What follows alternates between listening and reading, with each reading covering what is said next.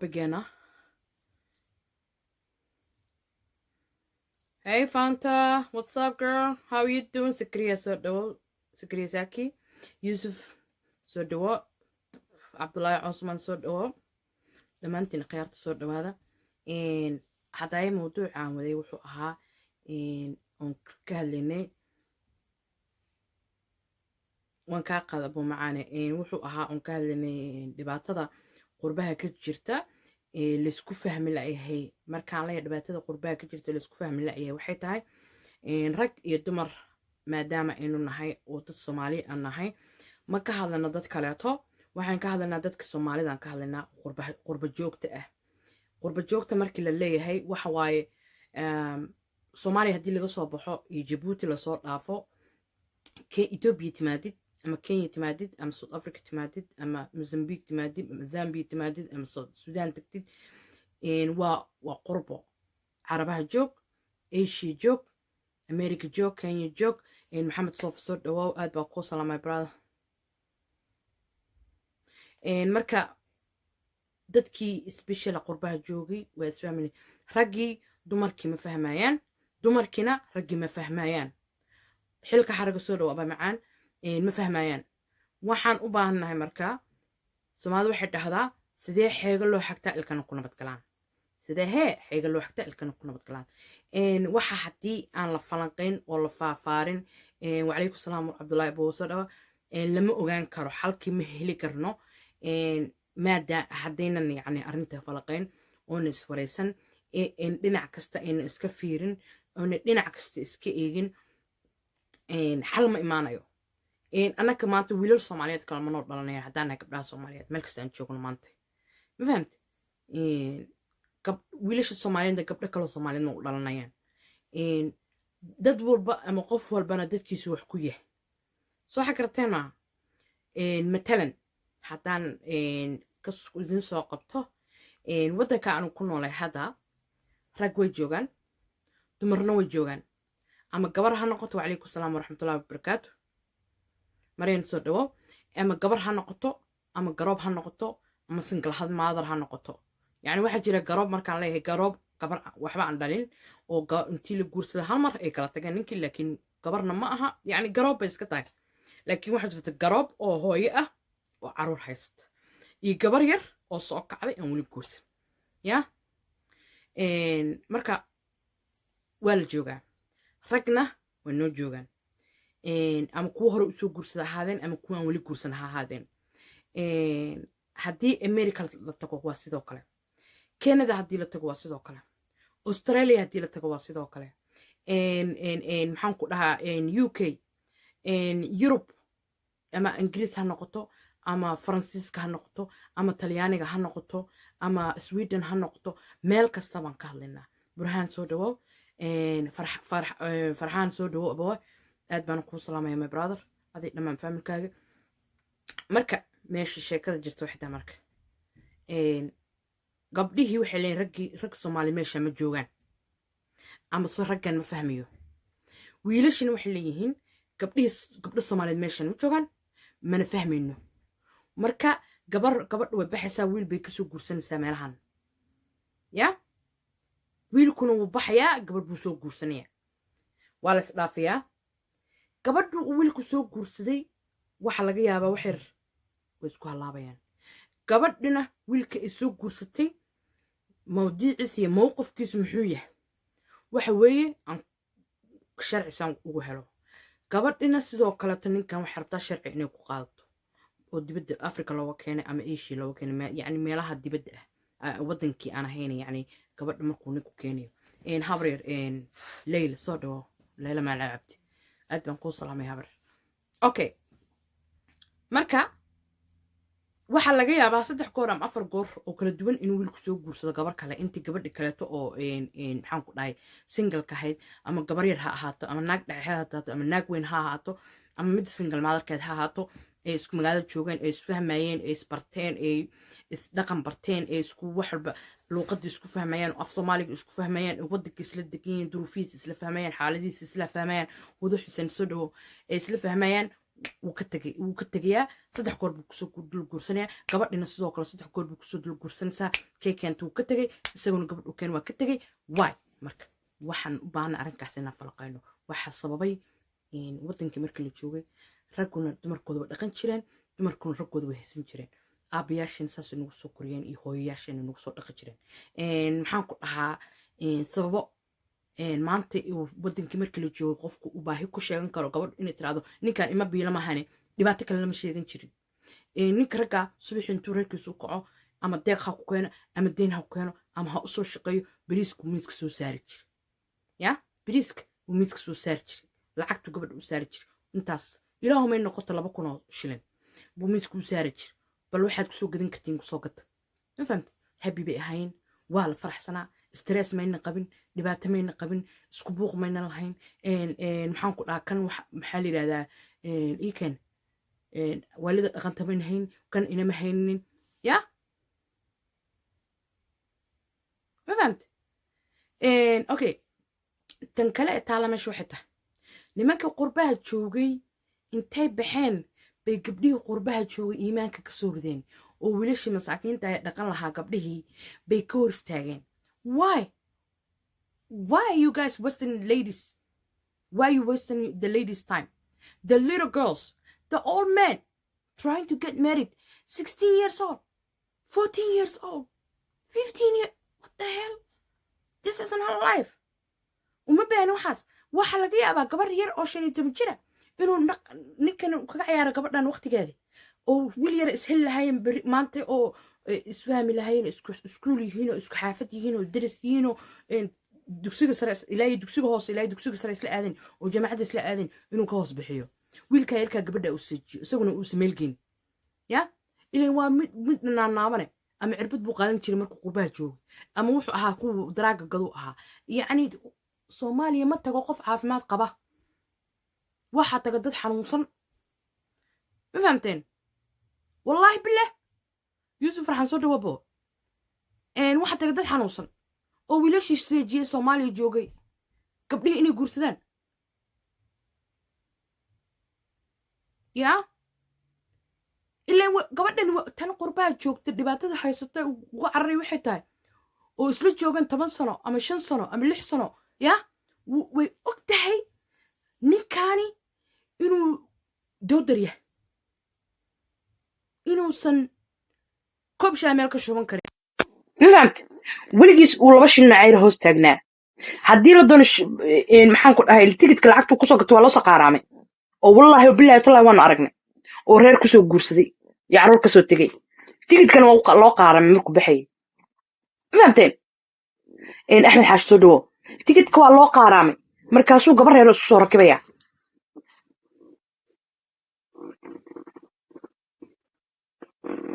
يوسف ما كورجينا يا برادر وحربنا إنا سوق بستين وحربنا إنا ريالتي كهضلنا يوسف وحربنا إنا رنتا كهضلنا ويجي لان قبل الصومالي ولا قبل الصومالي إسقبا وإسكو براري وإسكو ناكسن وإلى حد إسقبان وشرف له ودقن له ما فهمت محلي هذا ويجران ما فهمت قربها واحد كو أركسا يا قبر يرو اللي حيت من شرعه قبر 8 جيره قبر 9 جيره قبر 20 جيره او 3 times la soo furay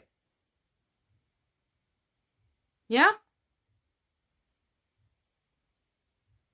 waxa arkaysa nin aaba ah oo gurigiisi wuxuu iska dhigay inuu reer leeyahay wuxuu sameeyay maanta saakibu gurigiisa ka bax ilmaha markii gabadhu iskuulka geenaysa ya waxa laga yaabaa inuu tiri sii drop garee ilmuhu sii drop garee iskuulka gee sii drop garee waxa laga wadaa iskuulka sii gee ilmihii iskuulka markuu sii gee hore u socday asxaab buu u tegay waxa laga yaabaa caaway inuu tago ama 3 saac habeenimo saa u taqaanin ama 3 in the morning 3 subaxnimo 3 in the morning inuu gurigiisa tago ama 4 in the morning 4 saac subaxnimo salaada subax markii la tukanayo yani diiqo ciyayo inuu gurigiisa tago ama 5 subaxnimo ya qof walba suu yaqaan ya markuu guriga tagay uu seexday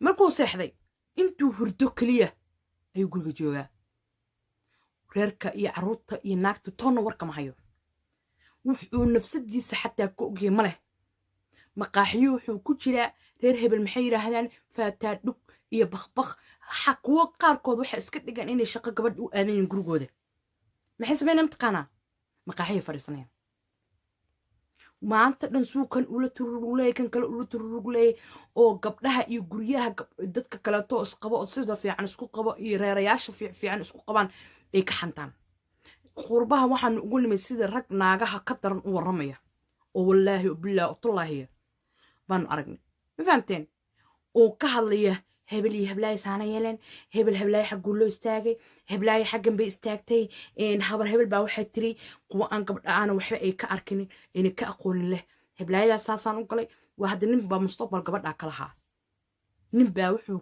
laga yaabaa inuu yidhi war hebelow gabadhaas mataqaanaa haa nin bal gabadha iga war ma taas balaayo hoogaa looma galo naagtaas hee looma galo mucjisato magaalada weeye waxaa weeye albaab la galo laga baxo waa la sii galaa waa laga soo galaa naagtaas ha isku marin aniga aan kula hadlay mawjida haa 20 goor baan ma fahamta hadda weligiis yaaliis gabadhaas ma arkin hadda weligiis yaaliis gabadhaas ma sheegs hadda waxa laga yaabaa gabadhaas inaysan nimankaas oo dhan iyo waxa laga sheekanaysan ku jirin ninkaas gabadha mustaqbalkeeda ku xeer ninkaas mustaqbalka shal ka lahaa gabadha rabay inuu gabadha ninka balba wuxuu laga yaabaa inuu isleeyahay ninkani xoogaa gabadha uu kaaga dhooyo aqoon siyaada ah buu kaaga leeyahay bal ha kaaga warramo muxuu gabadha uga dhigay qurub xaaraana gabadhii islaameed oo bini aadanka ahayd ilaahay abuuray oo mustaqbal doonka ahayd muxuu ninkaas ka soo saaray inaan loo dhawaan karin muxuu ka dhigay gabadhaas inay sharaf lahayn muxuu ka dhigay gabadhaas inay naagsa qajaamo tahay waxa laga yaabaa ilaahay baa u gabadhaas ya in aan waxa looga sheegay xabad aysan ka jirinin ما فهمتي قبر باسدو كله waxay arkaysaa yani dhinac kasta aan ku galiyaa sheekadan wiilasha kaliya ma caynayo mana haysanayo wiilasha kaliya ma eedanayo gabar baa waxay arkaysaa gabar kale oo saaxiibadeeda oo gurigeeda degan yahay oo reerkeeda degan yihiin iyadana gurigeeda dab ku baxay dab baa ka hoos ku shidan nin isagu saas uu cunaa ninka qaba caruurtu waa qayla badan tahay maxaan ku dhahaa ninka uma shaqeeyo waxa laga yaabaa lacag ku filan inaysan qaadan guriga kalidiisa iska bixin karin inanku dadka wadanka joogay waxba qofku kama walwal badanaa waraaq iska ordaysa annaga meeshaan isku socoto maalin habeen tan bil koronta ka timi tan guriga kalidiisa ka timi wax yar haddii hal asbuuc ama 2 asbuuc guriga kalidiisa lagaa waayo warqad ordaysa asbuuc saddexaad dee kuu gaartan waa lagaa tuuraya ama lacagtaas la markaba dhigaysaa ma fahamteen waxay u imaanaysaa gabadha reerka masaakiinta ee quruxda badan iska degan noloshooda u qoor weysidaa markaas waxa uga dhigaysaa ninkeeda wuxuu sameeyay inay isagu iyad u sameeyo naahiblaahe ninkeyga ma ogtahay hadde dib waxay soo xirato bulqaati beenbeena oo qosol jibiye la dhaado maarteen bulqaatiga dahabka ugan laga aqoonin ya oo dhagaha iyo katiinada iyo waaweynka intay soo xirato hadday doonto ama saxeedda ka soo tabaqaarays mawjeedaha alaabtan mawjeeda ninkeyga ay keenay gaari hadda dembi ku soo qaadatay fadhiga guriga u yaal dembi ku soo qaadatay ya يعني waa for example akoon mugta wana majority qofkii qurbaa ila joogo ugu waxaas inaan xabad been ka sheegin qofkii qurbaa ila joogo ugu waxa aan ka hadlay in xabad xaaraana ku jirin waxa leedahay naayahe ninkeygu saas buu yeelay xagan buu ka dhacay flower inta isku soo gaday chocolate isku soo rakibto ya belada keen baa ikeen markaas naagtii ninkii miskiinka ay u roonaa oo wax laga yaabo xataa kaarkiisa si kaarka waxa way bangiga lacag bangiga anagu wadamada qofkaan aqoonin wadanka jooga kaar xuno derbi la gelinay lacagta lagala soo baxo kaarka xataa uu gacanta ka saaray oo naagtaas uu yiri yani iyadu haas maamush oo naagtiisa u dabacsan ninkii u dabacsanaa u wanaagsanaa in naagtaas ku dirto dab ku shido wariyaa heblaay maartaha ninkeed wuxuu sameeyay ogta may wuxuu sameeyay kan buu soo kada aniga kan waa inay ismis fadhiga waa inay gabadhish hadda waxa laga yaabaa fadhigaadu inuu san waxba qabin hadda waxa laga yaabaa chiefka guriga u yaalan waxba qabin ma fahamtay heblaaya kala ku soo akhriso xirtay guriga gabadhan dab ku shido oo reerkan kala tagaan laba wanaagsan ma arki karaan ma fahamteen waxa marka ay sheekadan tahay ula jeedaa ya ragga iyo dumarka qurbaha jooga ya dad normal wadankii dadkii joogana qurba joog baa baabi'isay oo wadankii dhalinyarada xataa shaqada loo siin laayay dhalinyarada jaamacadaha baratay ay tahriib u galayaan badda ugu dhimanayaan ya nin qurba ka yimin waxba aqoonin baa wuxuu iskaga dhigaa inuu fatuush professor hebel yahay nolol haysanin ee qurbaha cirbad lagu mudi jiray ya ama kiniina qaadan jiray ama ciyaalka daraagiska gadala saaxiib ahaayo daraaga la gadi jiray ma fahamteen in reality markaynu ka hadalno oon aynu wax runta isku sheegno waxaan leeyahay aniga waxaan taagana hadal iyo dantiisa waxay tahay ama uu hadalku macnihiisu ku socdaa ama ku saabsan yahay walaalayaalow ya soomaaliya ya dadkeena qurbaha joogow cabdullaahi soo dhow abo dadkeena qurbaha joogow ya nin walbow waxaad ku habboon tahay ya samee oo nin walbow reerkaada ogow ma fahamte oo sidii aabbaha reerka hooyada ay usoo dhaqi jira u dhaq oo awowgaa ayadaa usoo dhaqi jira ula dhaqan gabdhaha ma fahamte gabdhahan ogow nin baa dhalay 19 sano qaba soo qaadba inaan ku guursatay naagtaa guursatay 20 jir ku guursatay ama 15 sano ku guursatay 15 sano soo biilaayay 15 sano qarash kaga baxay liibaan shaq soo dhawow cilmi soo dhawow war ninkii raga haba soo galay cilmi oo aad baa kuu salaamay iga hor meeshii kulaylka badnayd anyway hadalka iyo muhiimadiisa waxay tahay ya dadkeena qurbaha jooga intaynu iska daynaa nabnabka ya iyo mucjisaadka aawadiin ya iyo gabdhaha beenta u sheegaysiin iyo dumaroo idinkuna wiilasha beenta u sheegaysiin oo gubaysiin ya aan iskugu imaano realityga ya realityga aan iskugu imaano gabdha idinkuna iska daaya nimankan waxba ma ah oo ragna lama joogaan soomaalida horta waxay dhihi jirtay waagi hor ku maamaay jirtay naagninay taqaano nin uma taqaano yacni gabadhu hadday yacni muddo dhowr sano ninkan ay arkaysa waxay ka soo qaadaysaa ciyaalka xaafadda waxba nin aan ahayn waxba tarin waxba gudin inta aad mid aan waxbuu yahay aadan aqoonin basiibo inuu yahay aadan aqoonin inuu criminal yahay aadan aqoonin inuu dad soo dilay aadan aqoonin intaa hoosta u fariisan lahayd bilanay soo dhawo samsam cilmi soo dhawo abaa macan intaa hoosta u geli lahayd mid aan wuxuu yahay aadan aqoonin waxa lagu qaatay kana u haysta ciyaalka xaafadda inuu yahay ya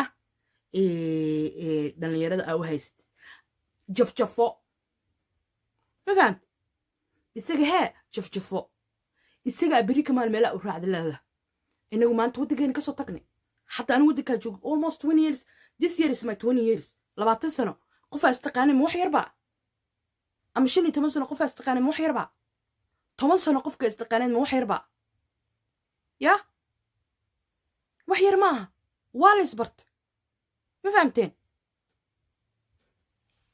ولا يسفهمي ولا يسكن نفسه يا سأسكروسو هربحني وحنو نقانا حتى اللغة قصو مركا سعوني سوء الصعدان waxaan aqaanaa markaa qufacdid saa u qufacdid markaa hindistid saa u hindistid ma fahamte innaga wax isku gaandhaan male ragow dumarow idinkuna wiilasha wax isku gaandhaan malehe wiilasha soo dhaweeya ragow idinkuna gabdhaha soo dhaweeya intaa meelo kale aadi lahaydeen mid aad wuxuu yahay aqoon geli lahayd gabaray ama wiilow midda intaada midaan waxa uu yahay aadan aqoon gacanta la geli lahayd ee kharash kaa bix lahaa ee looyarka aad u tigi sii socotay تيجي كاب حيسند والبا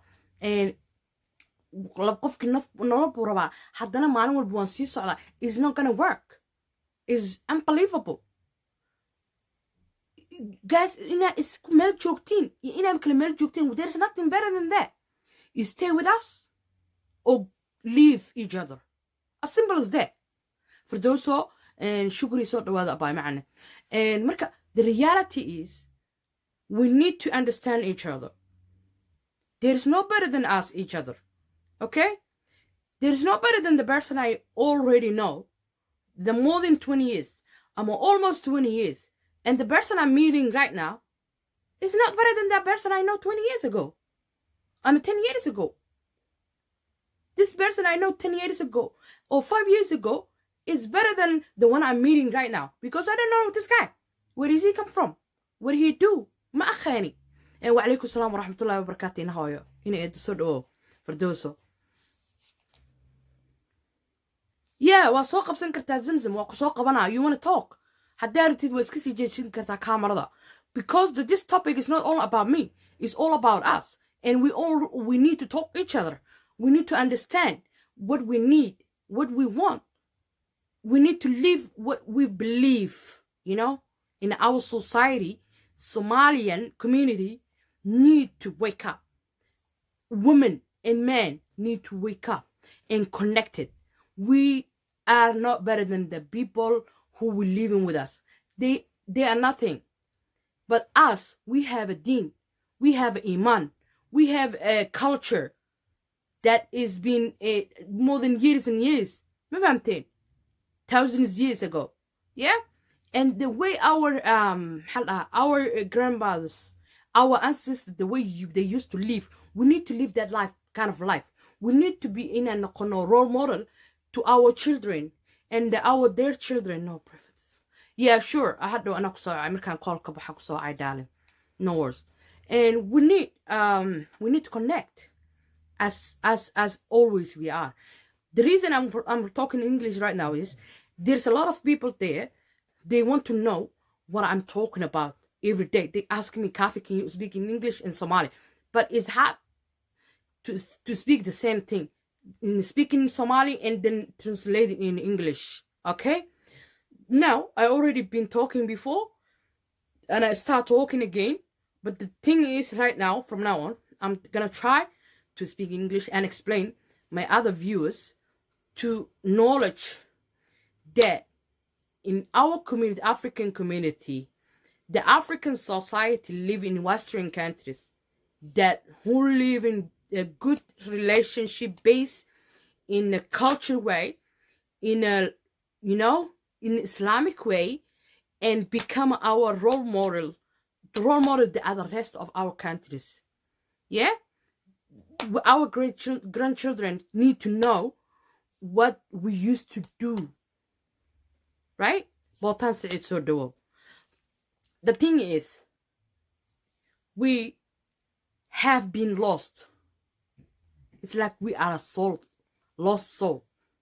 Like, you know, the people who live in Western countries, the man is complaining the women, and women is complaining the man, and the man saying the women are not better. The woman back home is still better.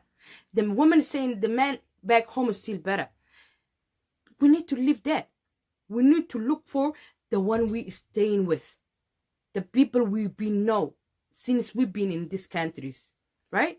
Even if you live in America, if you live in Canada, if you live in Australia, if you live in the rest of Europe, we all same, right?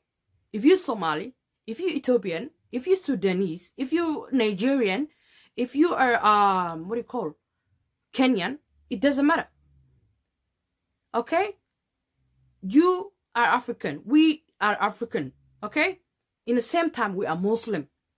In the same time, we have a different culture than the people we live with. Okay? They have their own culture. We have our own culture.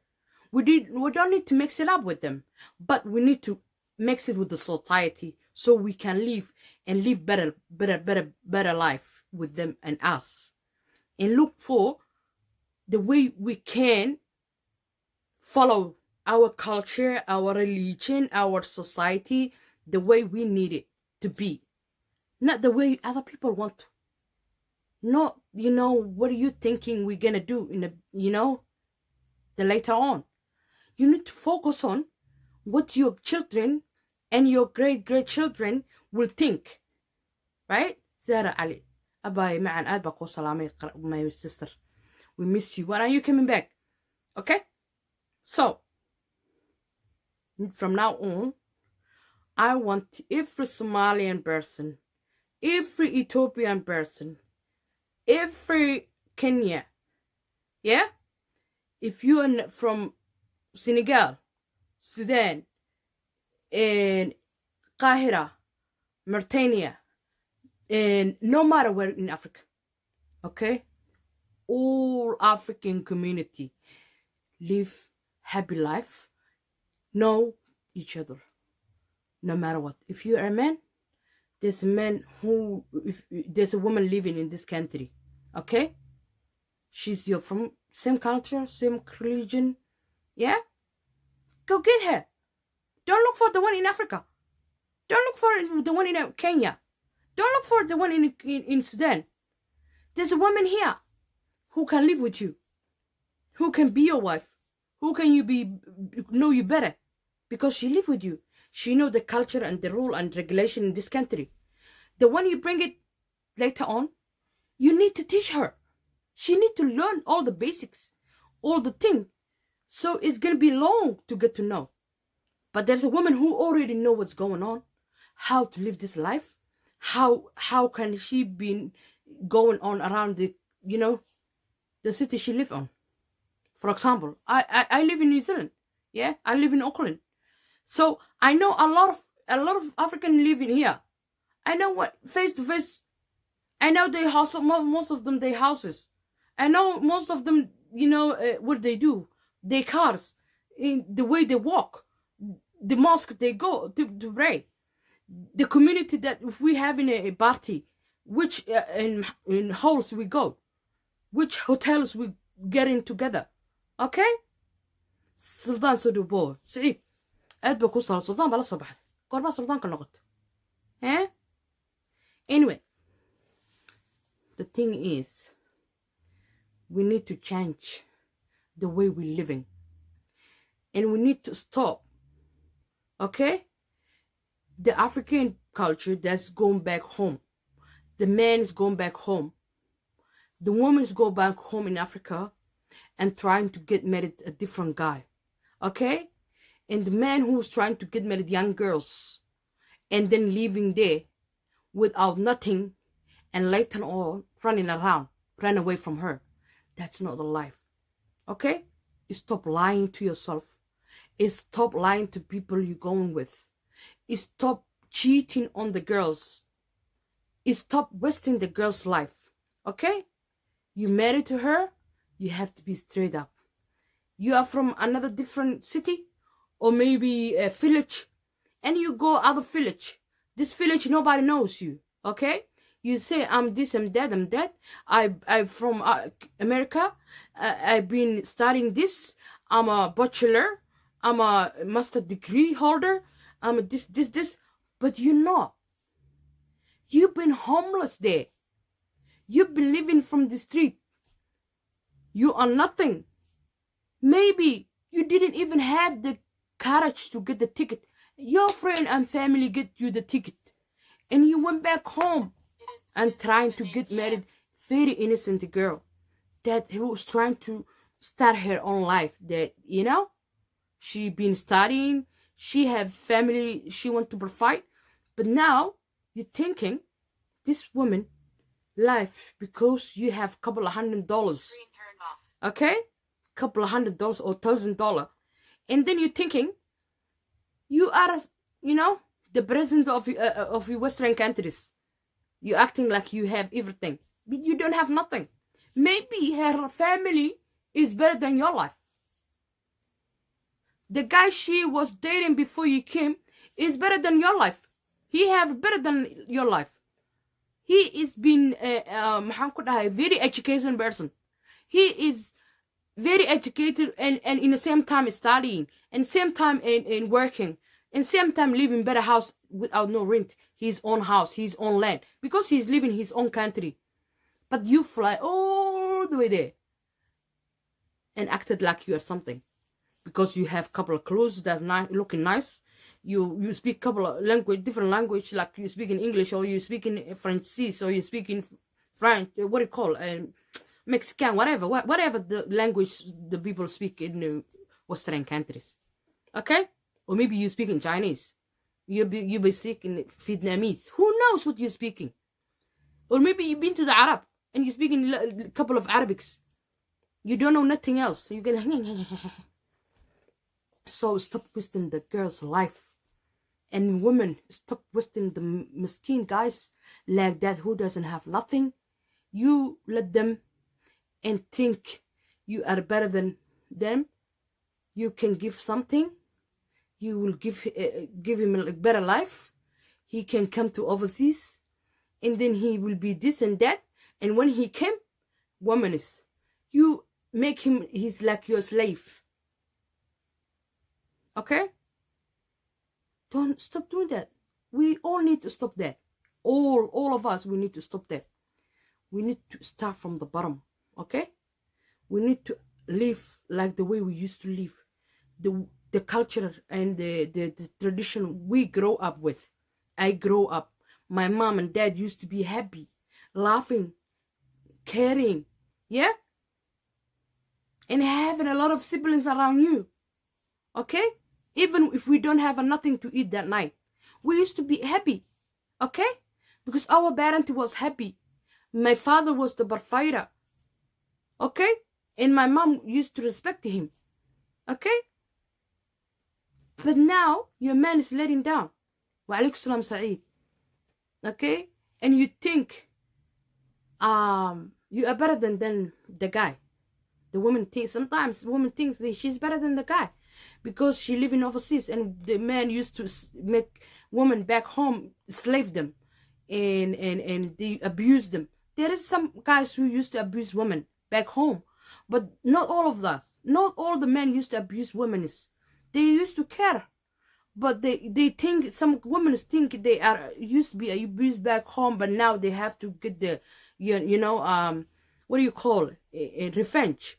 And because Western countries says woman has the right, and man, he's like a dog. Okay? Man is not dog. Our Quran says man, he's the breadwinner, no matter what, no matter where he is. Okay? And he's gonna be that way. Okay? Unless he make himself look bad, and he make himself look dog, a real dog.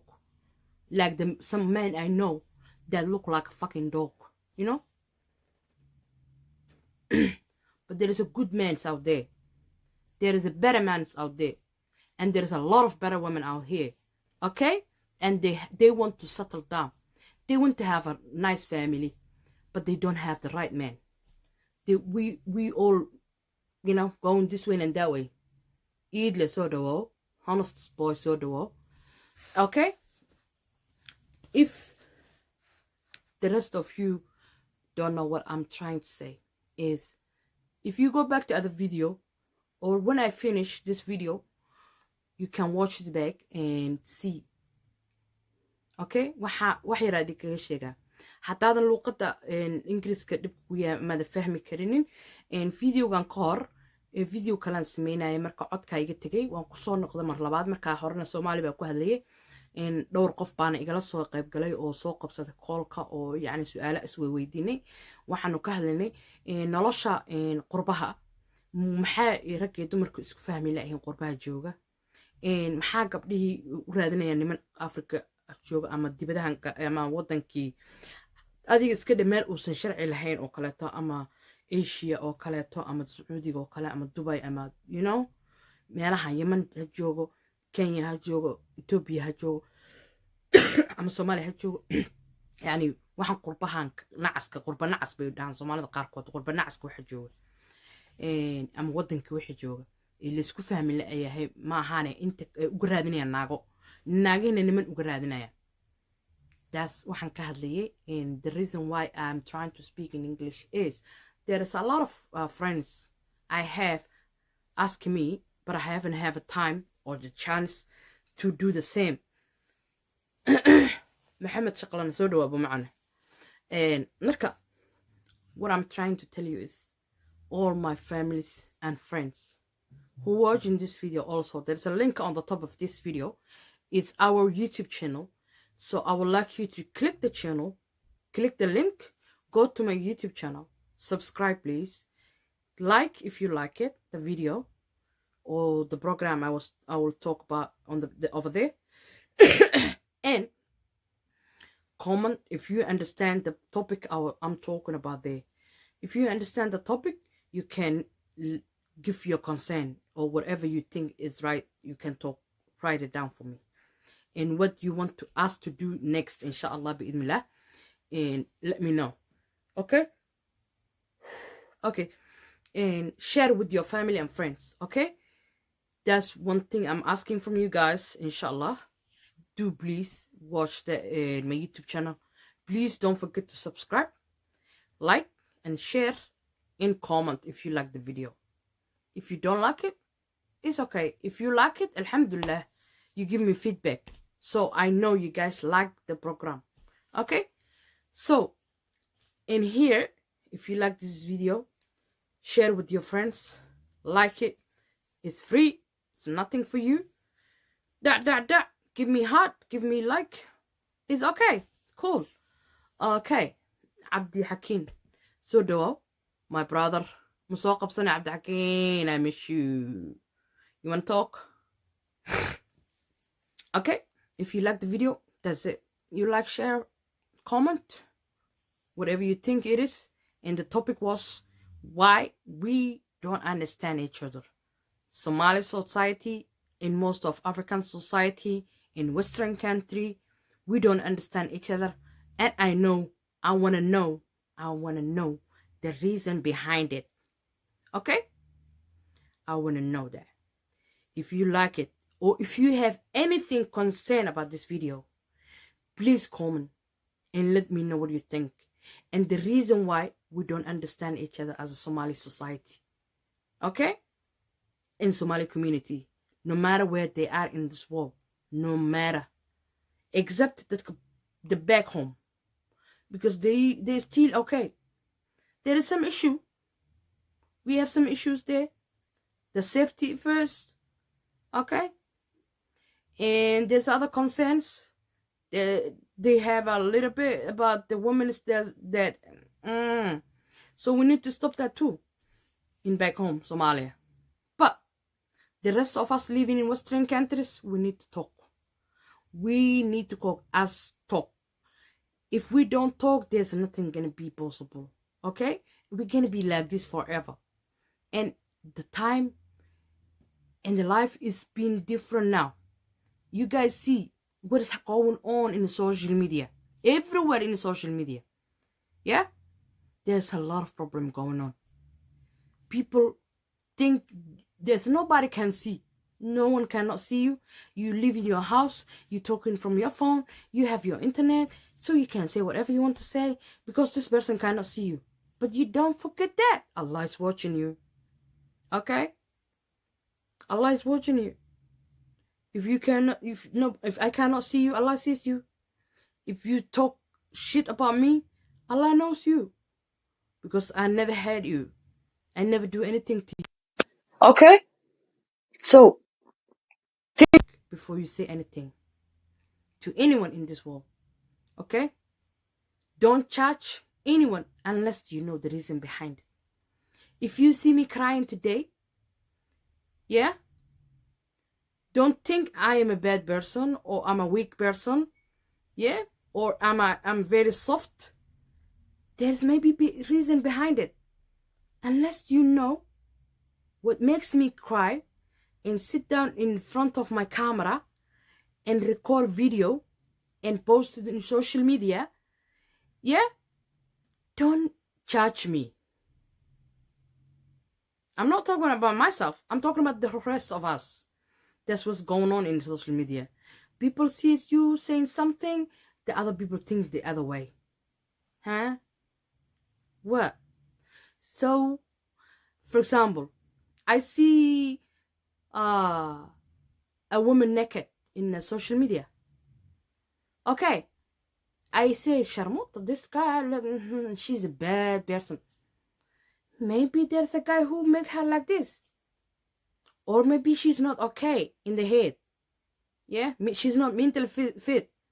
Yeah, there's something make her to look herself in front of camera, do naked video. Because if I'm okay, mentally and physically okay, I wouldn't do something that's my guts even wouldn't let me to do something like that. Okay, everybody has a conscience. Okay, your conscience will tell you this is not good, this is good, maybe you can do this. Okay, so if the social media is bad, sometimes it's not good, sometimes it's good. If you use the nice way, if we do the thing concern us as a community, I'm not talking about even Somali community. I'm a Muslim, I'm Islam, I'm African. I have a lot of things in my shoulders, okay? So before I do anything else, I have to think, okay, Kafi, okay, you are Muslim, okay, because I represent all the Muslim ladies. Am I right or wrong?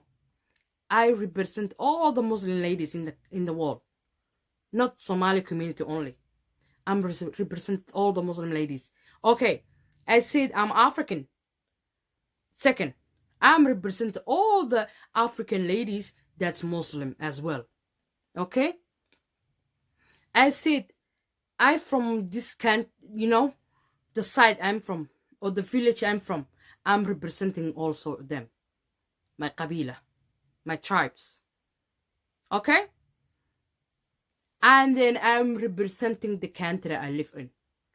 Okay, I'm a New Zealand citizen. Okay, so I have to respect their culture, their religion. Okay, I have to live their society the way it's good for me and for them as well, because I live here. Alhamdulillah, I have respect. I have very safe country. There's a police look after me if somebody do wrong me. Okay, without saying, yeah, no, you are African, go back to your home. They don't say. They will say, Miss Kafi, this is wrong, this is right, this is that, without judging me. Okay, if I done something wrong, they will tell me straight up, you are wrong. Okay, they take me to court. Okay, whatever I done in that time, I have to done it. Either way. So, guys, they're talking. I hope you understand what I'm trying to speak with you guys. So, Somali people, you're not only representing Somali people. Okay, you represent as well. Don't forget that we all want ummah. Whether you're black, whether you're white, whether you're green, whether you're yellow, whether you, no matter what color you are, okay, we all represented in Islam as well. But Somali people, before the deen, they start from the tribes, and then secondly they start with the culture. The deen comes third. Okay, why? And we are the people in this world used to say we are 100% Islam, Muslim, proud Muslim, Sunni, no Shia, whatever. We used to be. But now we see, this is saying Christian, this is saying I'm this is saying I'm a Hindu, this is saying I'm that. We have some things. Every nation, they have their own problem. But our concern in now is not about qabil or tribe.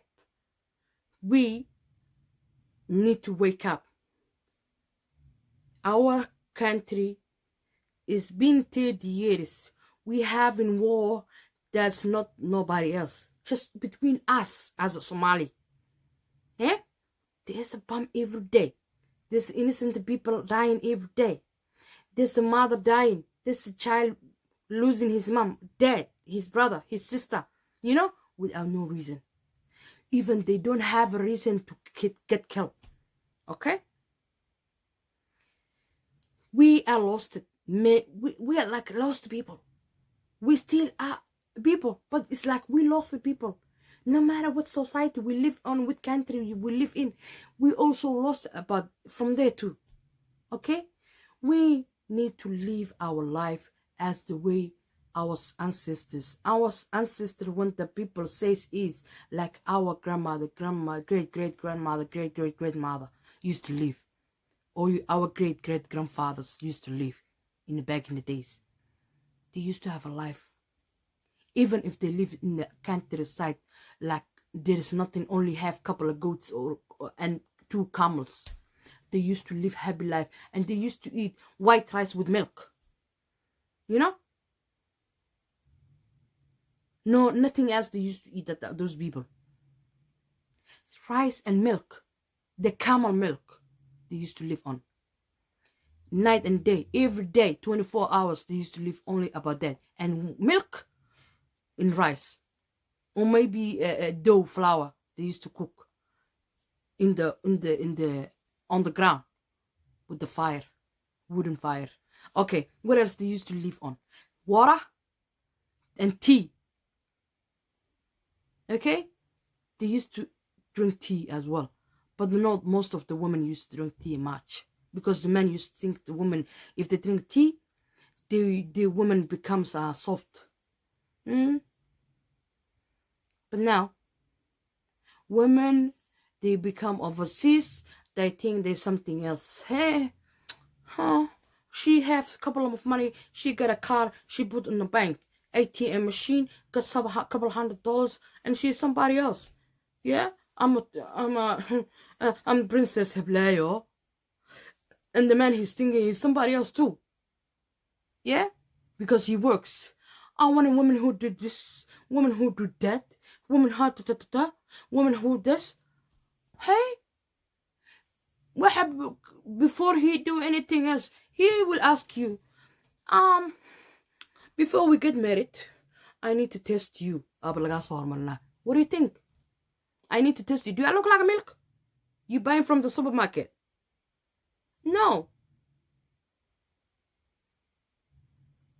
In the Quran says, after nikah, after the gur, engagement, or whatever you call, after that, the love comes. There is no love before that. Is the feeling. Like you feel me, I feel you. You feel me, I feel you. But when the two people get together, they build their own house, that's when love comes. The people get to know each other. Whether I'm gonna love you more or whether I'm gonna love you less. That's the reason. That's the main. That's the way it's supposed to be. But if you say, and I want to test you before we married, I want to do this before I do that. Think you have a sister. This other man will do that to your sister, your daughter, your mom. She still want to have men. Okay, and your auntie.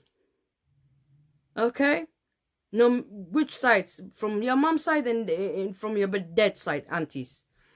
But us in a small way, we call habaryar and edo. Okay, you have edo and habaryar. Okay, you have a cousin, both sides, from mom's side and dad's side. We call ina apti and ina habret. Okay, they are women too. Whatever you want to do with other girls, somebody else's daughter, is coming back to you. And it's gonna haunt you. Okay? So don't do anything before you think. Okay, Somali people, wake up. All African community, wake up. Okay? We need to build our back home. We have the richest country in Africa. Richest country. Somalia, Kenya, Ethiopia, Zimbabwe, Mozambique, Angola, nowhere, almost all Africa. We have the richest country, brothers and sisters. Okay? But we is still under people. We don't see what we have, the gold, the oils we have, we don't see it.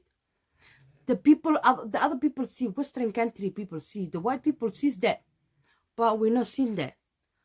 The white people, in their eyes, we are monkey, nothing, we are nothing to them. But when they come our countries, they look like they're helping us, but they don't helping us. Okay? They are not helping us. What they need is our gold, our oil, our things in back home. Do you guys know the chocolate, the world's chocolate, the thing we call chocolate? Without Africa, no factory can make a chocolate, because the very main ingredient they make the chocolate is the cocoa. You know cocoa, where it grow up? Africa. Do you know, African people, I'm talking to you, do you African people know, without the friction, this essential oil is called the tufah. I don't know what you guys call. Fringleton is called Fringleton. Somali we call foh amabeyo. We call it. Without that, there's a lot of medication made about that. Also, most of perfume made about that. The alcohol, some of the alcohols made about that. Without Africa, especially Somalia, it wouldn't be possible to make. Or do you guys believe that? I researched a lot of things that African, without Africa, they cannot find it. Okay. You know, the coffee, the best coffee where it grows, Ethiopia. Where is Ethiopia? Africa, East Africa especially. Okay? There is a lot of things that grows our countries. I'm not talking about only Somalia. I'm talking about all African continent. Do you know how many countries in Africa?